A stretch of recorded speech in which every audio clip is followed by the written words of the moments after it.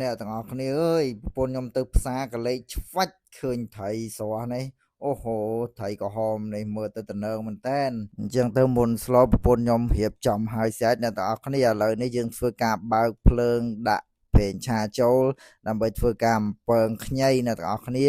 យើងធ្វើការអំពើងខ្ញីនេះទៅដើម្បីឲ្យខ្ញីហ្នឹងវាមានរសជាតិឈ្ងុយហើយវារាងស្វិតវាអត់នៅអៀចអ្នកខ្លះគេឆាដែរប៉ុន្តែប៉ុន្តែអ្នកទាំងអស់គ្នាធ្វើការអំពើងចេះធានាថាឆ្ងាញ់អ្នកទាំងអស់គ្នាយើងធ្វើការអំពើងខ្ញីឲ្យវារាងទុនរាងស្វិតសរសៃតិចទៅតមកយើងដាក់ចានទុកម្ដុំបន្តមកទៀតយើងធ្វើការអំពើងត្រីអ្នកទាំងអស់គ្នាប្រេងឆាហ្នឹងដោយសារវានៅថ្មីដែរខ្ញុំអត់ចោលទេខ្ញុំដាក់អំពើងត្រីអ្នកទាំងអស់គ្នាដាក់ត្រីចូលលាន់តាឈាវមកអ្នកទាំងអស់គ្នាហើយពងត្រីហើយអីហើយអានេះខ្ញុំធ្វើការត្រឡប់ត្រីអ្នកទាំងអស់គ្នាហ្នឹងហើយប្រពន្ធខ្ញុំក៏គាត់ជួយត្រឡប់ចឹងទៅដោយសារគាត់ខ្លាចផ្ទុះខ្លាចខូចសម្រស់អ្នកទាំងអស់គ្នាចឹងទៅ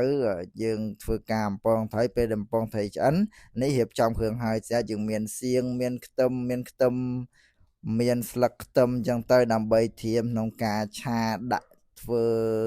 ជាត្រីចៀនជួននឹងឯងអញ្ចឹងពេលបន្តមកទៀតអ្នកទាំងអស់គ្នានឹងឃើញពេលខ្ញុំដួសត្រីចេញដាក់ចានហើយហ្នឹងហើយឥឡូវត្រីរបស់យើងនឹងឆ្អិនហើយឡើងក្រហមច្រាលមកដួសដាក់ចានទៅលាន់តែឈាវណាហ្នឹងហើយបន្តមកទៀតយើងនឹងធ្វើការរៀបចំណាដាក់ធ្វើការឆាគ្រឿងអ្នកទាំងអស់គ្នាហើយឥឡូវហ្នឹងយើងលាងផ្ទះអីស្អាតហើយយើងដាក់ប្រេងឆាចូលយើងដាក់ម្ទេសយើងដាក់ខ្ទឹមសចូលទៅកូរឲ្យឈ្ងុយអ្នកទាំងអស់គ្នាមើលតែឈ្ងុយប៉ុន្តែកុំឲ្យខ្លោចអ្នកទាំងអស់គ្នាបន្តមកយើងធ្វើការដាក់គ្រឿងយើងដាក់ទឹកត្រីបន្តិចទៅណាយើងដាក់សៀងចូលទៅដោយសារសៀងនេះវាមានរសជាតិប្រៃស្រាប់អញ្ចឹងយើងគ្រាន់តែថែមស្ករថែមប៊ីចេងទៅហើយអ្នកទាំងអស់គ្នាយើងដាក់ប្រេងខ្យងបន្តិចទៅព្រោះអីសៀងនេះវាប្រៃស្រាប់ហើយអញ្ចឹងបើសិនជាអ្នកទាំងអស់គ្នានេះដាក់ស្ករបន្តិចដាក់ប៊ីចេងបន្តិចអ្នកទាំងអស់គ្នាដើម្បីឲ្យរសជាតិនឹងវាកាន់តែឆ្ងាញ់ណាអ្នកទាំងអស់គ្នាហ្នឹងហើយអញ្ចឹងយើងធ្វើការដាក់ទឹកបន្តិចចូលទៅការពារខ្លាចវាខ្លោចអ្នកទាំងអស់គ្នាហ្នឹងហើយអញ្ចឹងទៅយើងឆាបន្តិចទៅឲ្យដើម្បីឲ្យផ្សែងវាចេញឲ្យវាបាត់អាក្លិនអាក្រក់ចេញណាអ្នកទាំងអស់គ្នាធម្មតាពេលខ្លះក្លិនសៀងក្លិនអីនឹងវាអាក្រក់អញ្ចឹងទៅឲ្យវាក្លិននឹងវាហើរអស់យើងដាក់ទឹកគោលម្ដងចឹងឯងបន្តមកយើងធ្វើការដាក់ខ្ញីចូលខ្ញីដែលយើងបានពើងហើយហ្នឹងណាអ្នកទាំងអស់គ្នាអញ្ចឹងយើងឆាទៅឆាឲ្យស្ងួតអ្នកទាំងអស់គ្នាព្រោះឯងខ្ញុំចូលចិត្តឆារៀងទឹកតិចទេហើយបន្តមកយើងធ្វើការដាក់ទឹកបន្ថែមទៀតដើម្បីឲ្យវាចូលរសជាតិគ្នាអ្នកទាំងអស់គ្នាហើយយើងធ្វើការដាក់ខ្ទឹមតិចទៅណាខ្ទឹមហ្នឹងយើងកុំឆាខ្លាំងពេកយើងឆាខ្លាំងពេកវាទៅជាក្រៀមវាបាត់រសជាតិឈ្ងុយណាអ្នកទាំងអស់គ្នាអញ្ចឹងយើងដាក់ខ្ទឹមនឹងចូលទៅបន្ទាប់មកយើងធ្វើការចាក់ចូលទៅលើត្រីរបស់យើងចាក់ពីលើទៅតែប៉ុណ្ណឹងហើយជាការស្រេចអ្នកទាំងអស់គ្នាយើងបានត្រីចៀនជួនដ៏ស្រស់ស្អាតនេះហើយបានអ្នកទាំងអស់គ្នាហ្នឹងហើយអញ្ចឹង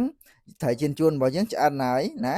យើងធ្វើតែមួយផ្លែតទេអ្នកទាំងអស់គ្នាហ្នឹងហើយមនុយរបស់យើងមួយមុខនេះមើលទៅហ្នឹងហើយមើលសម្រស់អ្នកទាំងអស់គ្នាគឺអស់តោះតែម្ដងមកឃើញហើយតំណើងចង់ដាក់បាយកកក៏បានបាយក្តៅក៏បានអ្នកទាំងអស់គ្នាហ្នឹងហើយរៀបរយហើយប៉ុណ្ណេះហើយ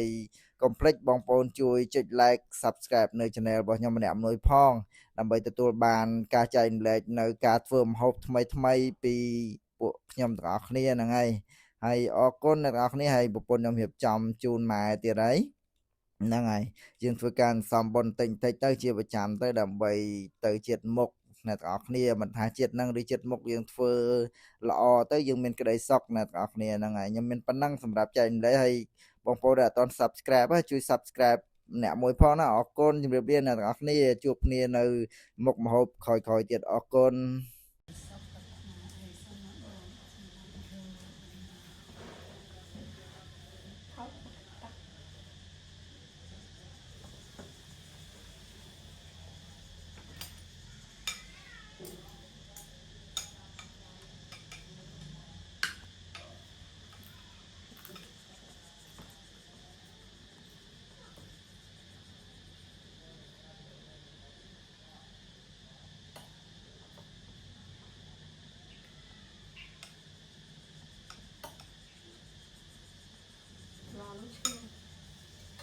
Mình lụa hai chen